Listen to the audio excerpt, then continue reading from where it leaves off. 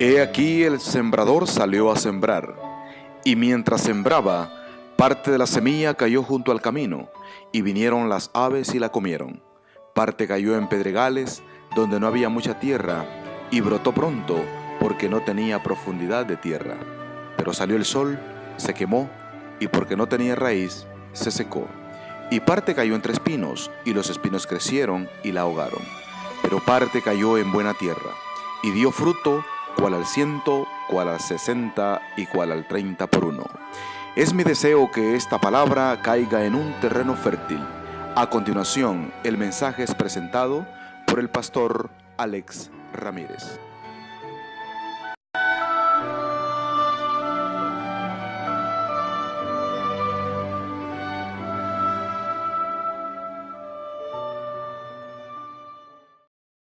Para nosotros hoy en día, hay muchas iglesias por allí que dicen que el libro de Apocalipsis no se puede estudiar porque es un libro profético, es un libro cerrado, es un libro difícil de entender. Pero a través del mensaje de esta mañana, yo voy a decir algunas simbologías que tiene el libro de Apocalipsis en su primer capítulo, que tienen mucho que ver para nuestra iglesia. Yo voy a ir diciendo algunos datos y es menester que nosotros los apuntemos, porque muchas veces nuestro cerebro, nuestra cabeza, como que al final de un mensaje se queda como un poco en el aire. Pero cuando nosotros escribimos y escuchamos, nosotros aprendemos dos veces. Así que por eso es importante muchas veces escribir. Nunca voy a olvidar cuando era un niño y veía allá en El Salvador aquellos hermanitos que a cada predicación, no importa el predicador que fuese, llevaba una libreta y llevaba un lápiz. Y tenían apuntadas todas las citas que el predicador decía en cada sermón. Y en la semana ellos se ponían a otra vez a estudiar esos versículos que cada día el pastor o un anciano, un laico predicaba. Y eso me llamaba mucho la atención.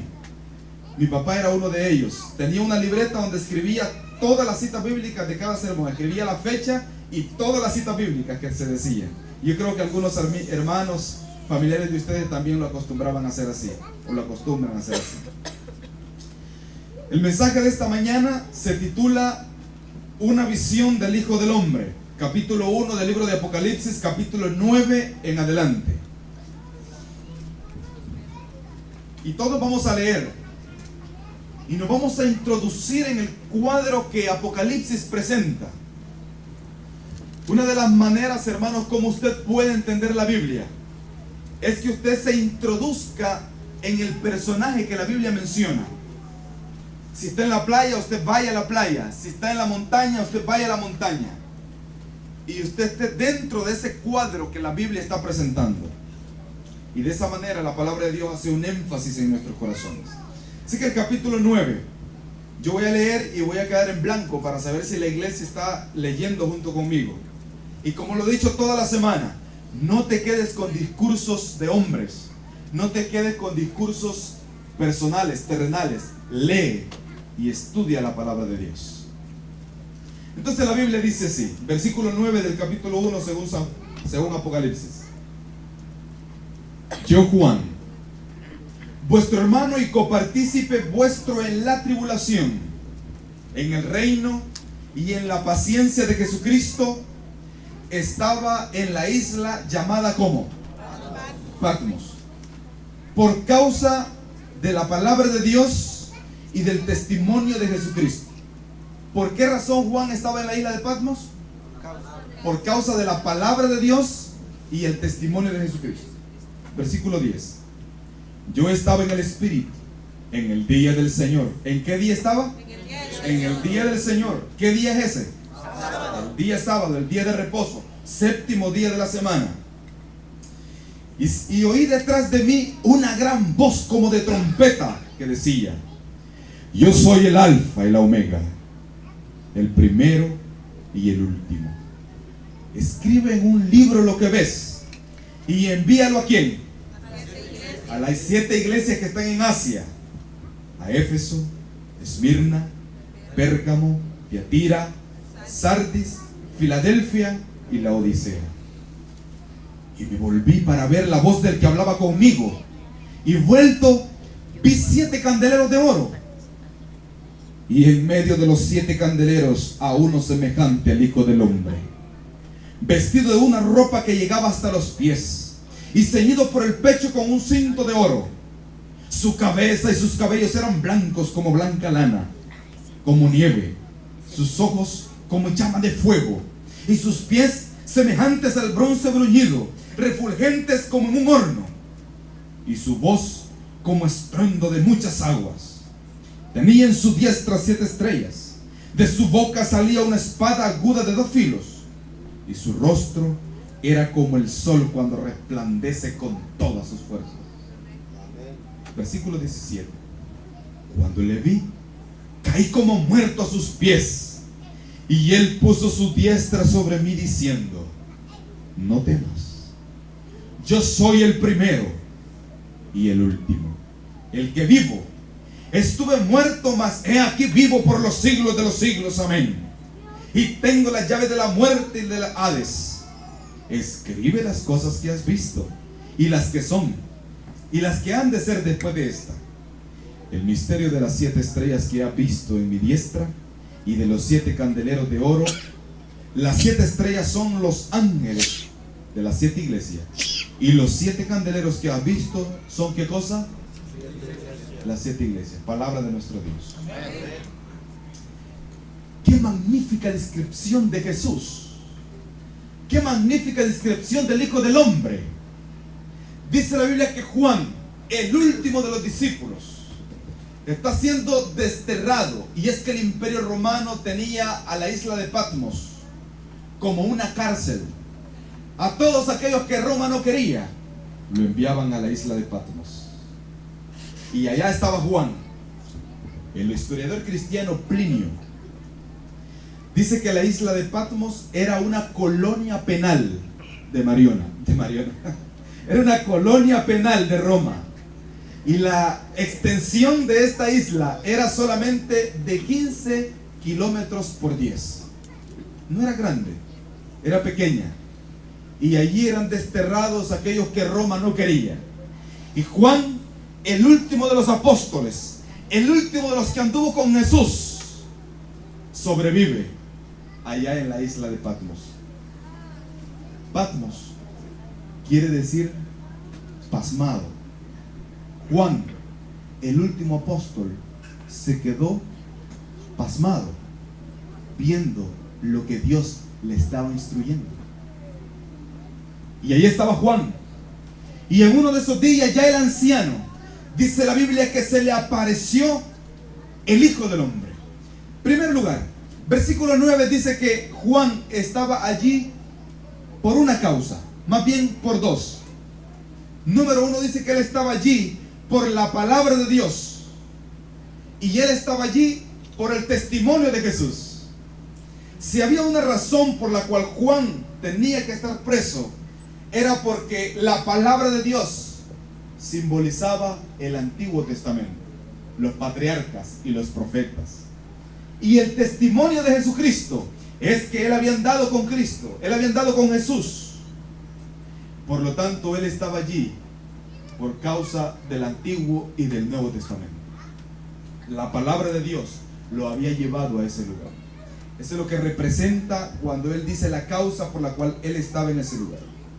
Y entonces dice el versículo 11 que se le apareció uno que le dijo: yo soy el alfa y la omega.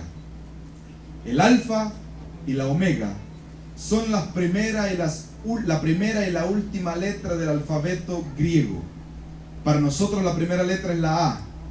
Para los griegos la primera letra era la alfa. Y la última letra para nosotros, ¿cuál es? La Z. Y para los griegos la última letra es la omega. Y con eso Jesús estaba queriendo representarse así, o estaba diciéndonos a nosotros: yo soy el todo de la vida, yo soy el principio y el fin, yo soy todo lo que las letras puedan explicar de mí, yo lo soy. ¿Cuántos dicen gloria al Señor? Porque Jesús es el todo que tú y yo podemos necesitar en nuestra vida.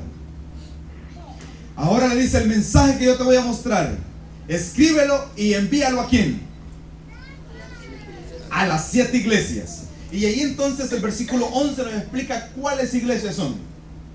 Ahora yo quiero decirte algo importante, hermano. Las 7 iglesias de las cuales el Apocalipsis habla tienen doble connotación, tienen doble significado para nuestras vidas. Las iglesias que Apocalipsis menciona, desde la iglesia de Éfeso hasta la iglesia de la Odisea, era un mensaje para ellos de unas iglesias que comprendían un círculo o una iglesia literal, iglesias que existían físicamente en lo que hoy nosotros conocemos como Turquía. Estaban establecidas estas iglesias. Pero no solamente el mensaje de Apocalipsis capítulo 1 es para una iglesia geográfica, también el mensaje es para períodos de la iglesia de Cristo en esta tierra. ¿Cómo así? Dice la Biblia que la primera iglesia, que es la iglesia de Éfeso, es representada por la iglesia apostólica, la iglesia primitiva.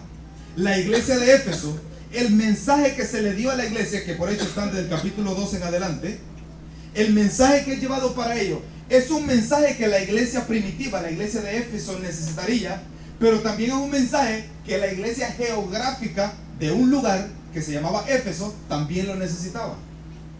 Por lo tanto, vale la pena mencionar en esta hora cuál es esa iglesia o cuál es ese periodo de cada historia a la cual el ángel iba a escribir.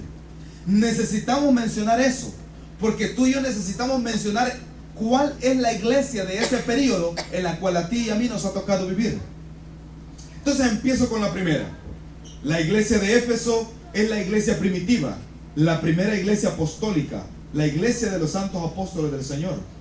Esa iglesia tiene su periodo histórico del año 31 hasta el año 100, que fue hasta el año en que Juan el apóstol vivió. Luego tenemos la segunda iglesia. ¿Cuál es la segunda? La iglesia de Esmirna. Esa iglesia cumple su periodo del año 100 hasta el año 313. Ese es el periodo histórico de esa iglesia. Y esa iglesia fue representada por la persecución que se le dio a esa iglesia. La iglesia fue perseguida, dice la historia, por un emperador llamado Diocleciano. Cuando el Señor le da el mensaje para la iglesia de Esmirna, también le está diciendo que en ese periodo de la historia la iglesia iba a recibir persecución. Y así sucedió en su periodo histórico. La tercera iglesia es la iglesia de Pérgamo. La iglesia de Pérgamo está situada del año 313 al año 538. Y en esa historia, en ese periodo de la historia, ya nosotros vamos conociendo un poquito más de ella. Hubo un emperador que se introdujo a dirigir Roma, muy famoso hasta los días de hoy, por nombre Constantino. Y ese hombre llevó a la iglesia su popularidad.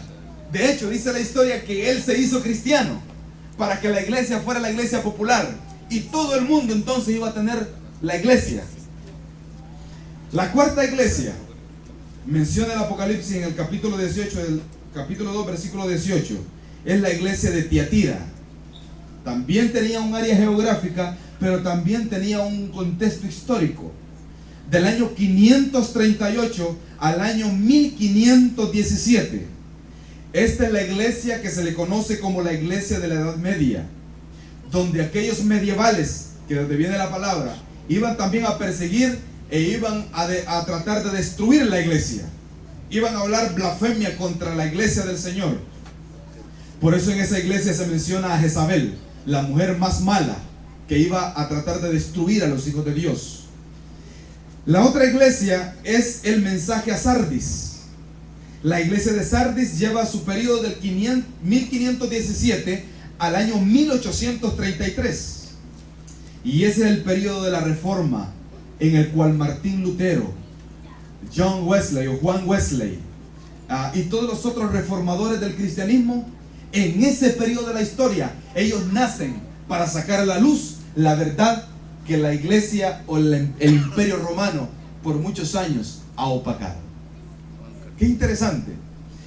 Luego, la sexta iglesia es la iglesia de Filadelfia, que tiene un periodo que pudiésemos mencionar el nombre, van juntos en su periodo histórico. Y la iglesia a Filadelfia del año 1798 a 1844, que ya son fechas que usted conoce de nuestra iglesia, de los pioneros de nuestra iglesia, se le conoce como la iglesia milerita también. ¿Por qué milerita? Porque fueron ellos los que empezaron a hablar de que Cristo venía pronto a esta tierra por segunda vez. Por eso es que en el capítulo 3, versículo 11, en el mensaje a la iglesia de Filadelfia, Jesús dice: he aquí, yo vengo pronto. Porque el mensaje a Filadelfia era para predicar la venida de Cristo Jesús. Y no hubo un grupo en la historia, no hubo un tiempo en la historia en que se hablara de la segunda venida de Cristo hasta el año 1833 en adelante y hasta el año 44 por Guillermo Miller y todos aquellos que hablaban de la venida de Cristo Jesús. Pero del año de 1844 en adelante hasta el día de hoy se cumple el periodo histórico de la última iglesia, que se llama ¿cómo? La iglesia de la Odisea. Llegamos entonces a nuestra iglesia, al mensaje que Dios o Jesús le dijo a Juan que llevaría a la iglesia de la Odisea. No vamos a estudiar ese mensaje hoy porque no es el tema de esta mañana, pero es importante que se estudie el mensaje de la Odisea, porque esa es tu iglesia, esa es mi iglesia. Ahora en el versículo 12 del capítulo 1, siguiendo con nuestro mensaje, dice: y me volví para ver la voz del que hablaba, y vuelto dice que vi 7 candeleros. El versículo 13, 14 y 15 hacen una descripción de lo que Juan vio, al hombre que Juan vio, al hijo del hombre que Juan vio. Y me interesa tanto porque esos 3 versículos hacen una descripción de cómo es Jesús. Y dice: y vi 7 candeleros de oro. Si ustedes notan, en todo ese párrafo que leímos, el material que se nombra una y otra vez es el oro, el metal más fino de ese momento. Porque cada palabra en el Apocalipsis tiene un significado o un simbolismo para nuestras vidas. El oro, ¿qué es lo que representa en el Apocalipsis? ¿Alguien sabe? ¿Alguien sabe lo que representa el oro? O el color amarillo, que es lo mismo. De gran valor. ¿Ah? De gran valor. El color oro significa la preciosidad, la alta estima que Dios tiene a su vista. No ha habido otro material a través de la historia, otro metal que pueda representar lo más precioso a la vista de Dios que el oro. Por eso es que el Apocalipsis dice que allá en la tierra nueva habrán calles de ¿qué? De oro y mar de cristal. Porque ese es el metal que representa lo más sublime, no lo más puro, porque el color puro es el blanco. Mucho cuidado con eso. Así que la palabra de Dios dice que vio 7 candeleros de oro. Mucha atención con ello, porque los candeleros representan algo y los candeleros eran de oro. Por lo tanto, esos candeleros eran preciosos a la vista de Dios. Y dice el versículo 13: en medio de los 7 candeleros uno semejante al Hijo del Hombre, vestido de una ropa que llegaba ¿hasta dónde? Hasta los pies, ceñido por el pecho con un cinto de oro. Su cabeza y sus cabellos eran blancos como la lana, como la nieve, y sus ojos como llamas de fuego. Yo quiero detenerme un momentito por allí, porque ¿quién escribe Apocalipsis? ¿Y quién escribe Daniel? ¿Quién escribe Daniel? Daniel. ¿Quién escribe Daniel? Daniel. Y Juan escribe muchos años antes, después que Daniel. Y yo quiero invitarlos a ustedes que hagamos una concordancia de cómo mira Daniel a Jesús y cómo mira Jesús, cómo mira Juan a Jesús, para ver si la palabra de Dios se contradice en la figura de Jesús. Vamos a ir, acompáñame un momento, no pierdas Apocalipsis. Acompáñame a Daniel capítulo 10, versículo 6. Ezequiel, Daniel, capítulo 10, verso 6. Miren lo que dice la palabra de Dios. La visión de Daniel junto al río. Su cuerpo era como de berilio, y su rostro parecía un relámpago, y sus ojos como antorcha de fuego, y sus brazos y sus pies como color de bronce bruñido, y el sonido de sus palabras era como un estruendo de muchas multitud en Daniel. Y en el libro de Apocalipsis dice que era de muchas aguas, y Apocalipsis dice que aguas, ríos o mares representa ¿a qué cosa? Mucha gente, muchedumbre, multitud. Vamos a volver a leer Apocalipsis capítulo 1 versículo 14. Su cabeza y sus cabellos eran blancos como blanca lana, como nieve, sus ojos como llama de fuego, y sus pies semejantes al bronce bruñido, refulgantes como un horno, y su voz como estruendo de muchas aguas. ¿Es lo mismo que Daniel vio a lo que vio Juan? ¿Lo mismo? Claro que sí. El mismo Jesús se les aparece a Daniel y se aparece a Jesús. Muchos años de diferencia.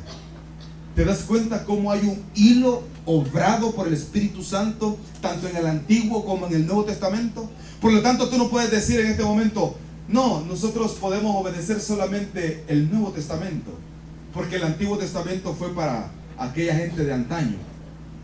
No, la palabra de Dios es Antiguo y Nuevo Testamento también. Así que la palabra de Dios sigue diciendo, versículo 16. Tenía, dice la palabra de Dios, en su diestra 7 estrellas. El Hijo del Hombre estaba allí y se paseaba entre los candeleros, pero en su diestra tenía 7 estrellas. ¿Qué es la diestra? Diestra es derecha, mano derecha. ¿Y qué significa la diestra de Dios? Eso significa el poder que Dios tiene para poder dirigir al mundo, para poder dirigir a los candeleros, para poder dirigir sus iglesias. Y las iglesias, los candeleros, dice que estaban... No eran los candeleros. ¿Qué eran los que tenían su diestra? No se me confunda. Allí dice que tenía candeleros y también tenía estrellas. Los candeleros y las estrellas no es lo mismo. Mucha atención con ello. Dice la palabra de Dios: tenía en su diestra 7 estrellas, y de su boca salía una espada aguda de 2 filos. Pregunto, ¿qué representa esa espada que salía de la boca de Jesús? La palabra de Dios. ¿Por qué? ¿Por qué representa la palabra de Dios esa espada? Porque dice que esa espada tenía ¿cuántos filos? 2. Y esos 2 filos en la Biblia están representados por el Antiguo y por el Nuevo Testamento. Y esa espada, dice en otro texto de la palabra de Dios, que la palabra de Dios es como una espada de 2 filos que penetra el alma hasta partir ¿qué? Las coyunturas y los tuétanos. Esa expresión, hermano, que aunque muchas veces nosotros la aprendemos de memoria, tiene un gran significado para nuestra vida. ¿Sabes por qué? Porque la palabra de Dios, cuando llega a nuestras vidas, por un lado, la palabra de Dios corta. Sí, corta el pecado, corta aquellas cosas que realmente no obran para voluntad del Señor. Cuando la palabra de Dios entra en nuestra vida, entonces la palabra de Dios quita todo aquello que es imperfecto a la luz de Dios. Y cuando la palabra de Dios también sale, es una bendición para aquellos que hoy nos encontramos viviendo de acuerdo a su voluntad. Yo no sé cuántos de ustedes han tenido un machete de doble filo o una cuma. Yo no sé cómo le llaman en su país, pero en El Salvador hay cumas, que son esos instrumentos así como una hoz, que tiene filo adentro y tiene filo por fuera también. Hay machetes también de doble filo. Esos son los peligrosos, ¿verdad? Sí, porque con esos tú cortas a la izquierda y cortas a la derecha, y vas abriendo camino y vas limpiando un terreno. Así es la palabra de Dios. La palabra de Dios tiene que venir a nuestras vidas y limpiarlas a la derecha y a la izquierda también. Y eso salió de la boca de Jesús, una espada de doble filo. Dice la Biblia sigue diciendo: y su rostro era como el sol cuando resplandece con todas sus fuerzas. Cuando le vi, dice Juan, yo caí como muerto. Pregunto, ¿se murió Juan o no? como muerto. Es diferente. Es que no era para menos. La gloria de Dios estaba allí. La palabra de Dios estaba allí. La presencia de Dios estaba allí. Y entonces dice que Él cae como muerto. Tú y yo, cuando nos presentamos ante la gloria de Dios, ante el Hijo de Dios, cuando somos bautizados, cuando seguimos a Jesús, nosotros tenemos la tendencia a veces a sentirnos tan miserables, a sentirnos tan desvalidos, que muchas veces estamos como muertos. Porque el enemigo no quiere quedarse tranquilo cuando una vida desea ser transformada. No, pero el poder de Dios está dispuesto para poder socorrernos y levantarnos. A Daniel, cuando estaba orando junto al río, dice que Dios, el ángel que se le apareció, lo levantó con su diestra. Vamos a ver qué pasó con Juan. ¿Qué ocurrió con Juan? Versículo 18. Versículo 17. Cuando le vi, caí como muerto a sus pies, y él puso su diestra sobre mí, diciendo: no temas, yo soy el primero y el último. Se lo repite por segunda vez. Y el que vivo. Estuve muerto, mas he aquí vivo por los siglos de los siglos. Amén. Y tengo las llaves de la muerte y del Hades. ¿Qué simbolizan las llaves? ¿Qué simboliza tener las llaves? Cuando usted le dicen: bienvenido a esta casa, aquí están las llaves, entra y sale a la hora que tú quieras. ¿Qué significan las llaves? Autoridad que tú tienes sobre esa propiedad. Y no hay nadie, mi querido amigo, en esta tierra, en este mundo, que tenga autoridad sobre nuestras vidas que nuestro Padre Celestial. A veces el enemigo quiere hacerte entender que Él tiene autoridad sobre ti. A veces el enemigo quiere hacerte creer que Él es el que a ti te manda, que hay fuerzas más negativas que positivas en tu vida. Una vez estábamos recibiendo una clase en la universidad con un grupo de muchachos que no necesariamente son cristianos. Y estaba hablando el profesor de eso, de la autoridad de Dios en este mundo. Y un muchacho allá atrás se levantó y dijo: profesor, a mí me parece que la autoridad de este mundo la tiene el diablo y no Dios. El profesor pregunta: ¿por qué? Y dice el muchacho: es que tanto crimen, tanta violencia, tanta drogadicción, a mí me parece que es el diablo que está dominando el mundo y no Dios.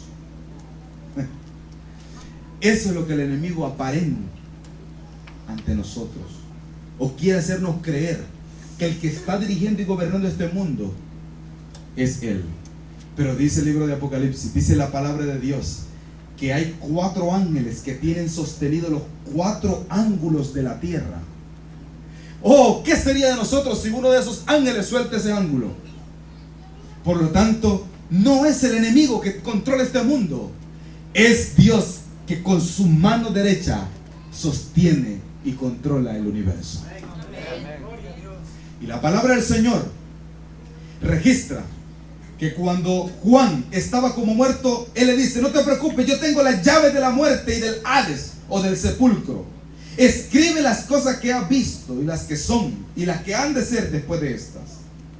Ahora, hermano, después de haber estudiado esta introducción de la cual Jesús hace con Juan, un mensaje realmente para nosotros, dice el versículo 20, que con esto yo voy a terminar esta mañana. El misterio de las 7 estrellas que has visto, porque esta es una explicación a todo lo que Juan ve. Versículo 20.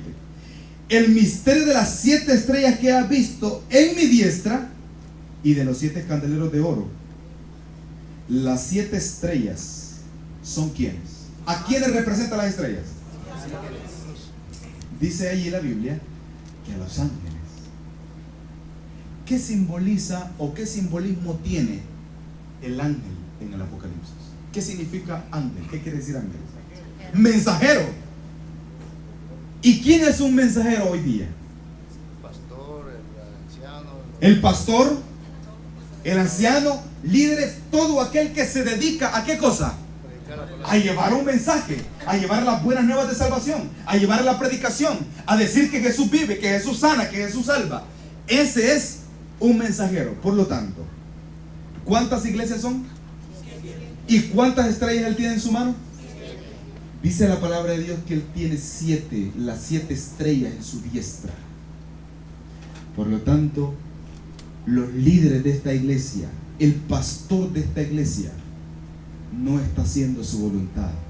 Están en las manos de Dios, en la diestra de Dios, en el poder de Dios. Y dice la palabra del Señor en la última parte del versículo: las 7 estrellas son los ángeles de las 7 iglesias, y los 7 candeleros que has visto son las 7 iglesias.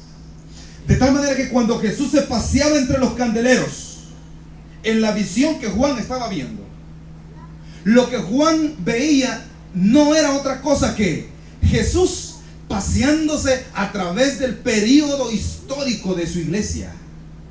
Aunque la iglesia de Éfeso falló, aunque la iglesia de Filadelfia falló, de Tiatira falló, cada una de esas iglesias tenía sus problemas y sus defectos. Allí estaba Jesús paseándose en medio de su iglesia. Amén. Y si nosotros consideramos que la iglesia de la Odisea también es una de las iglesias más malas o la última iglesia, yo quiero que en esta mañana tú puedas comprender que aunque por mala la iglesia sea, Jesús está paseando en medio de nosotros. Gloria al Señor por ello. Yo no quiero terminar este mensaje sin antes leerte una cita de testimonio que dice así: Testimonio para los Ministros, página 17 a la 19, del año 1977. La iglesia, escucha esto, la iglesia dotada de la justicia de Cristo es su depositaria, en el cual la riqueza de su misericordia, su amor y su gracia han de aparecer en plena y final manifestación. No hay otro lugar, no hay otro medio por el cual el hombre se pueda salvar o pueda recibir el amor de Dios. No hay otro medio en el cual Dios pueda depositar su amor y su misericordia que no sea a través de su iglesia.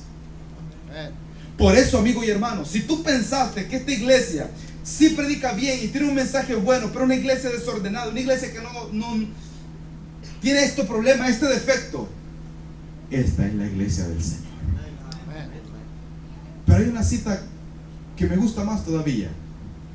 Miren, la cita termina diciendo así: aunque imperfecta la iglesia, escucha esto, aunque imperfecta su iglesia aquí en la tierra, Dios la guarda como la niña de sus ojos.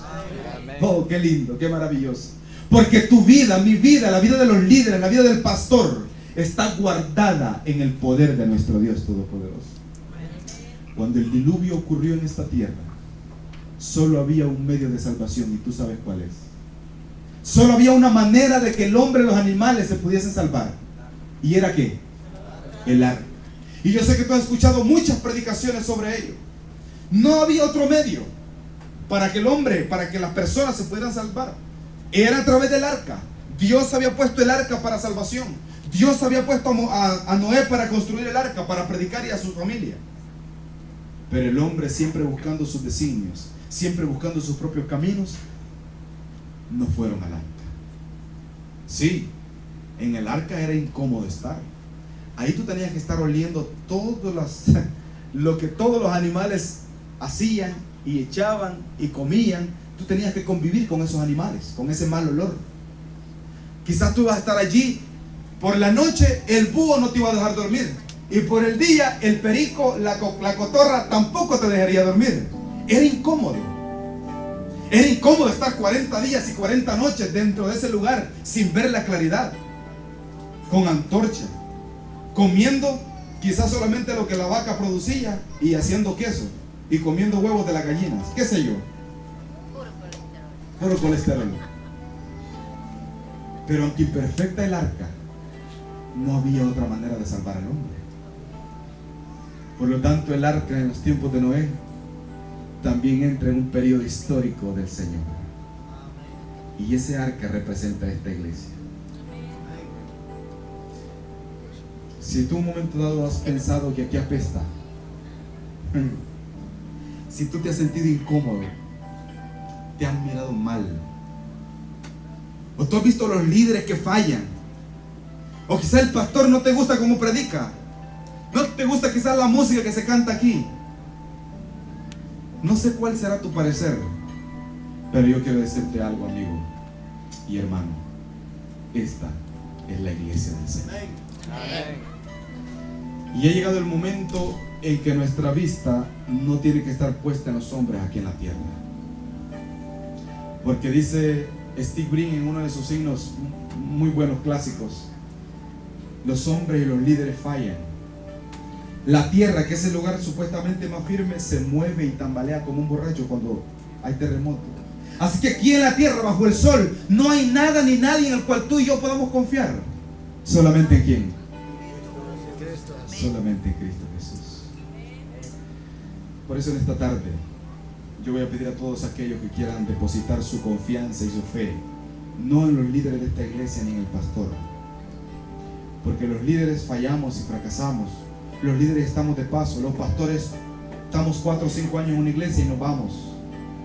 Por eso nuestra vista, nuestros ojos tienen que estar puestos, dice la Biblia, en el autor y consumador de la fe, que es Cristo Jesús. Así que yo te voy a invitar a que cantemos juntos en esta hora. Si te quieres poner de pie conmigo, fija tus ojos en Cristo, que están llenos de gracia y amor. Y lo terrenal sin valor será a la luz ¿de quién? Del glorioso Señor.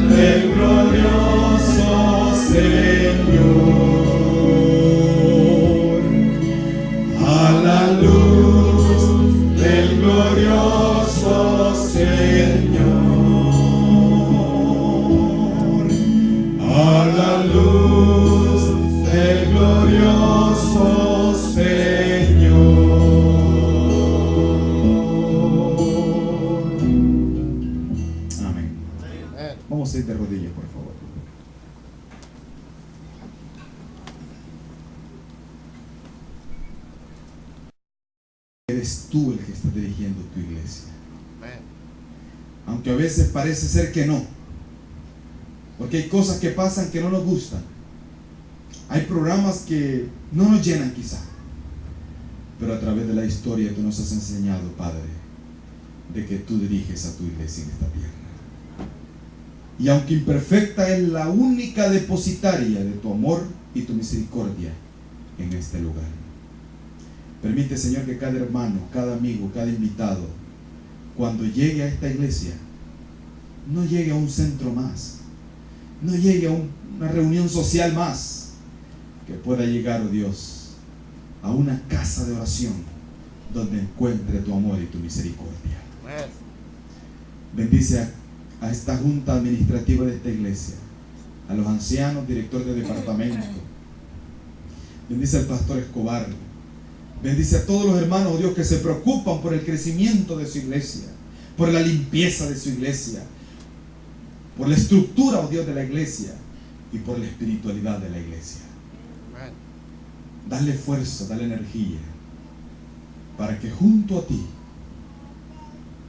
puedan seguir trabajando con esta iglesia y que tú puedas sostener a tu iglesia, oh Dios, a tus líderes, a tus dirigentes en tu diestra. Amén. Bendícenos y guárdanos en el nombre de Jesús. Amén, Señor. Amén.